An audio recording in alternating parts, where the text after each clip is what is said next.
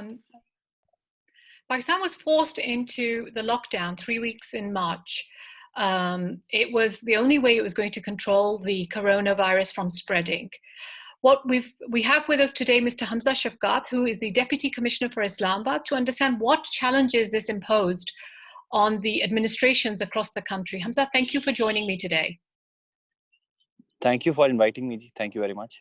Hamza, tell me, so when the lockdown started, how long did you have before to prepare for the lockdown, and what was your immediate challenge? The first date of the lockdown was in the mid of the March, and we were already ready for with the complete plan, and we had already submitted it to the government. Okay. So it was not like a complete a surprise for us. We were already prepared for it. And frankly speaking, imposing a lockdown was not a big challenge for us because we've been trained for it. We've been doing it for the past many years. We've been imposing curfews. We've been imposing Section 144s, and we have faced many challenges, especially in Islamabad, with all the dharnas and with all the protests which are carrying on. Our bigger challenge was to control the disease and to quarantine people. We did not have any legal cover for quarantining people, and we were not trained how to deal with those positive patients.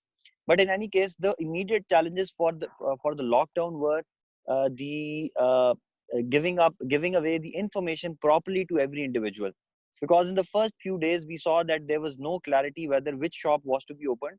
For example, in the first day of the lockdown, it was clear that the food shops will not be closed, the restaurants will be closed. So there is a very thin distinction between a food shop, a food outlet, and a restaurant and a hotel.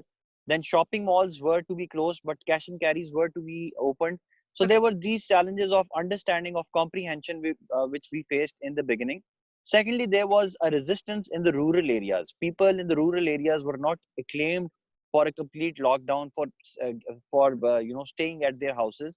So it was a challenge for us, and we had to invite army. In just the third day of the lockdown, we requisitioned Pakistan Army and three different wings of Pakistan Army from 111 Brigade. They joined us in Islamabad, and they started assisting us and helping us in imposing the lockdown. So when you say the most difficult part was actually getting the information out to the people, was that having a strategy for the media? Is that what you would say the most difficult part was?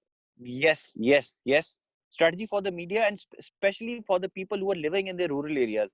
You see, people, even in Islamabad, there are not more than 50% of the entire population who are using smartphones.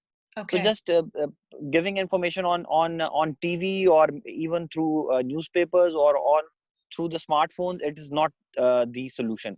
I think now that I've learned is that probably using the radio and then using the mosques of that area. We have more than 937 mosques in Islamabad, almost 1,000 mosques. So that is a very important tool that we use them in dissemination of accurate information to the people. Okay, so that's interesting because, one question I was going to ask you is, should we be having the mosques open? Because, of course, as you know, this is a controversial question right now. How do you make sure people stay home and stay safe and read namaz at home? But on the other hand, you're saying that you wanted to use the mosque to actually spread the information. So how do you balance the two things out? No, only the loudspeaker of the mosque. Okay. Not actually calling people. Only the loudspeaker of the mosque. It can make announcements. And even now, the entire during the iftari, the sirens are used in the mosques. And every mosque, the 1,000 mosques in Islamabad, they have absolute coverage of entire area of Islamabad. So if we just focus on those 1,000 mosques and their prayer leaders and their loudspeakers, so I think we can reach correct information to the entire population. Have you started engaging the prayer leaders, the Maulvis and the mosques and the loudspeakers? Have you started working with them? Yes. I've already started working. There is, I don't know, there is somehow there is an inertia, an old inertia in the mosque that they do not cooperate with the administration as such. There is a huge gap between our communications, but we called their leaders. I've had in Islamabad, I've had extensive communication sessions with the ulamas, the leaders of the religious leaders in Islamabad, and in that I've been able to make some ingress, and I think by and large I've been successful. And if I have to evaluate myself, I think that I'll give myself as 80% of success. in this area.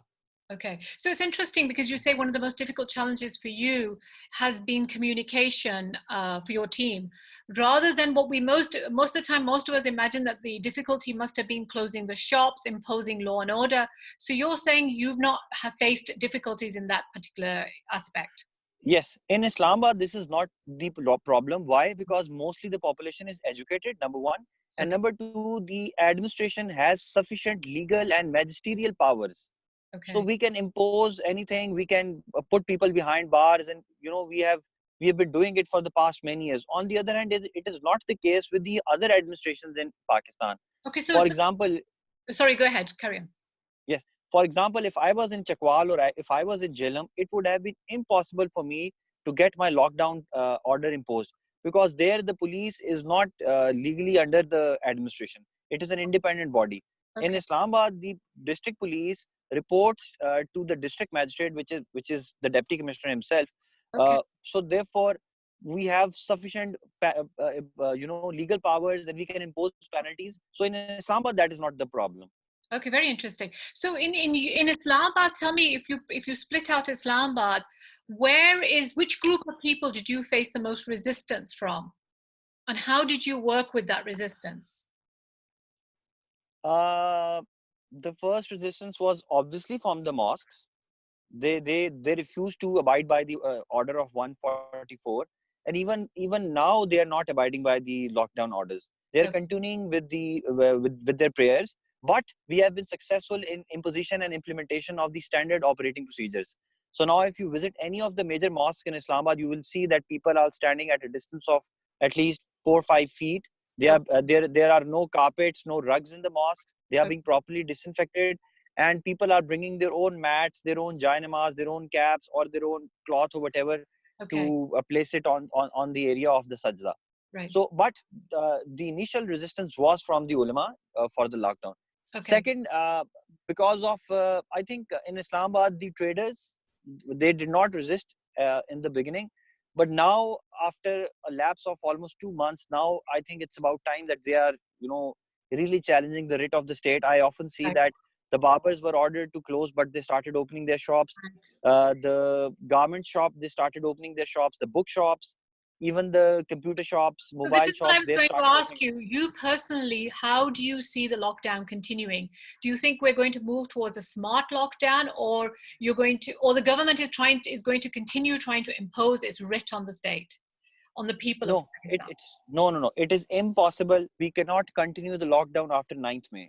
We Okay. will have to open up some of the shops at some of the timings, or on some of the days with some kind of an SOP. We cannot keep them locked down. I think that if we continue after 9th May, people will start protesting, Why and 9th people May? will, Why do you have 9th of May in your mind? because 9th May, because it will be the first 10 days of the Ramzan Ashra. And after in the second Ashra of the Ramzan, people have to buy stuff. And Okay. the traders, they have to sell their stuff, Okay. because they've been accumulating their products for the last so many months. So if Right. we don't allow them to, open up their shops, they'll come on the streets.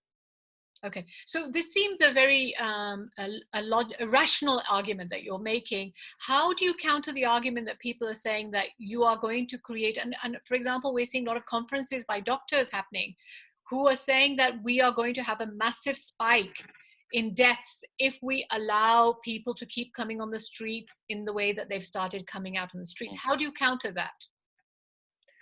I'm telling you, even today, now that the lockdown is very much opened up in Islamabad, the entire Federal Secretariat is working. We have more than 51 exemptions given to different kinds of shops.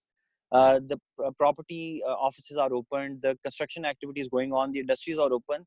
And that is why today we had 31 cases. Normally, we only had 5 to 6 cases.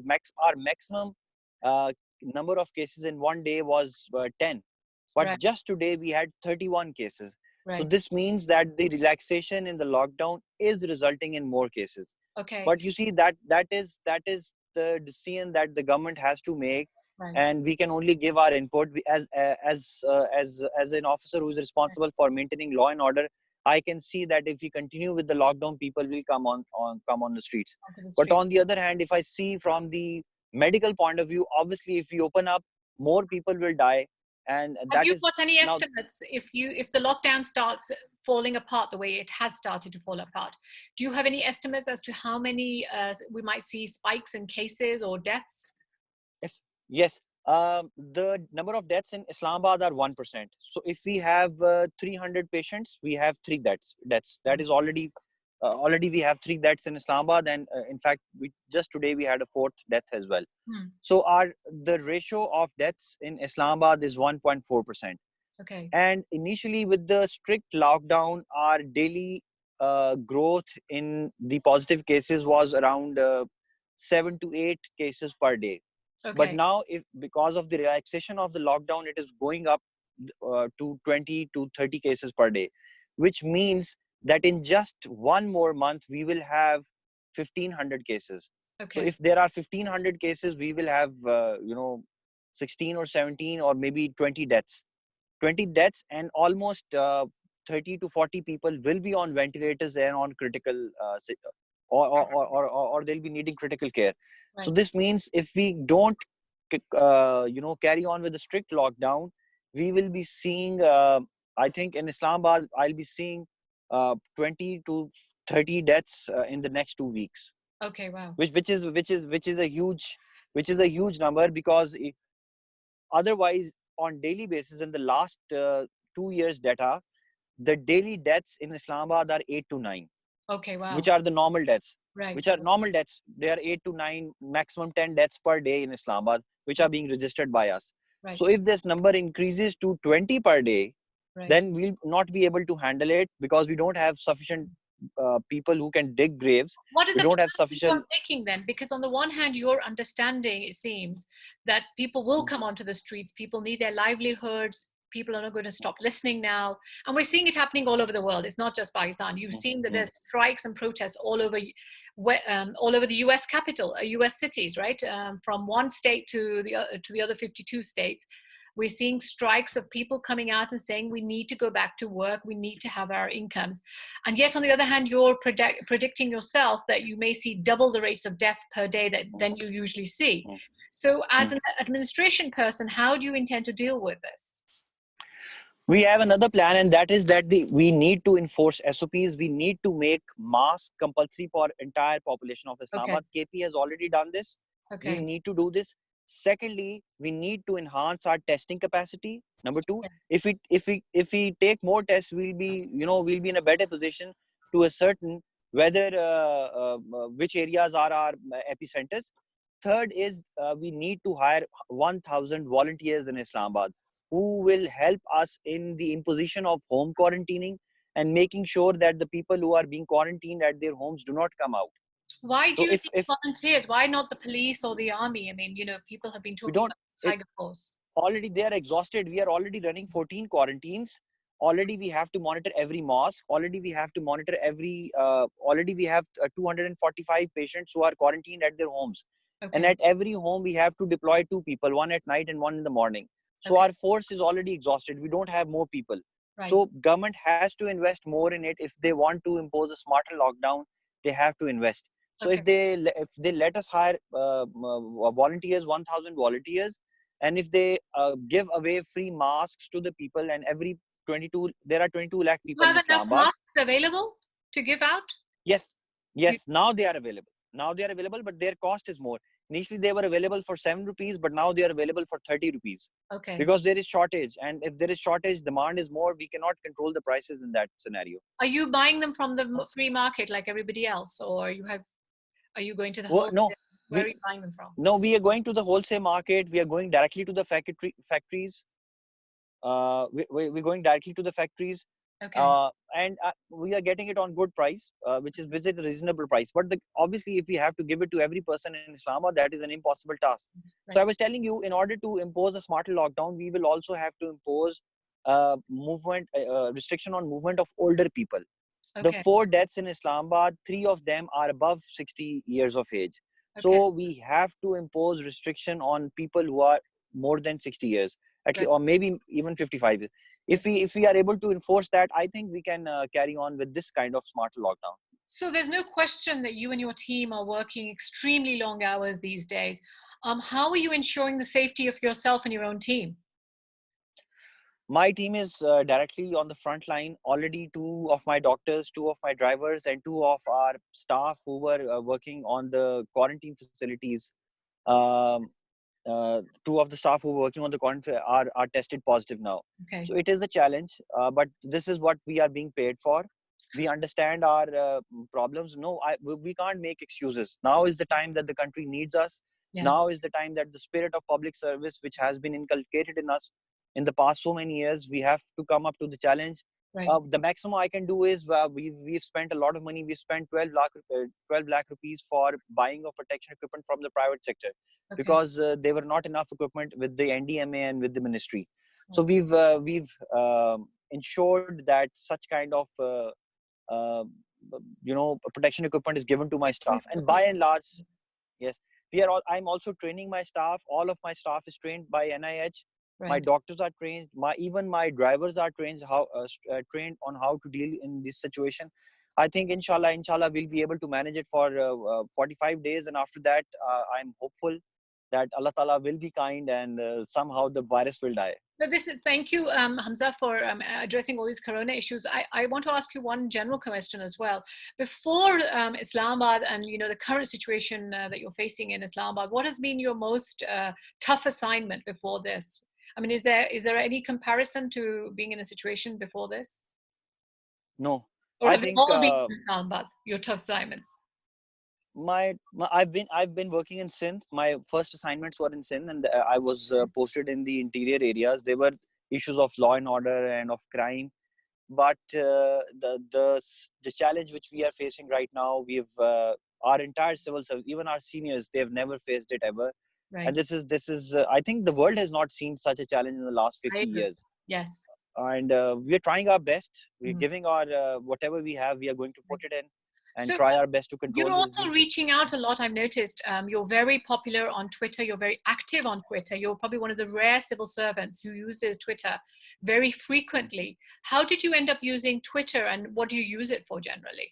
I mean, is it helping you under this current crisis? Yes, it is. Basically, Twitter is very good for giving away accurate information, number one. And secondly, it gives you back accurate feedback. People who come to my office, 90% of the times, they are telling me good things. Right. My subordinates, they are always giving me rosy pictures that, sir, everything is going perfectly fine and nothing will happen.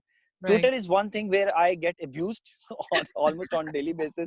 So I know what exactly the people are feeling. Okay. And what is exactly their sentiment, and how that can be, how I improve upon by the feedback which is given by people on Twitter. Well, thank you very much for giving us time today, Hamza. I really appreciate it. And God bless you and your team for looking after all of us and the whole of Pakistan state as well. So thank you.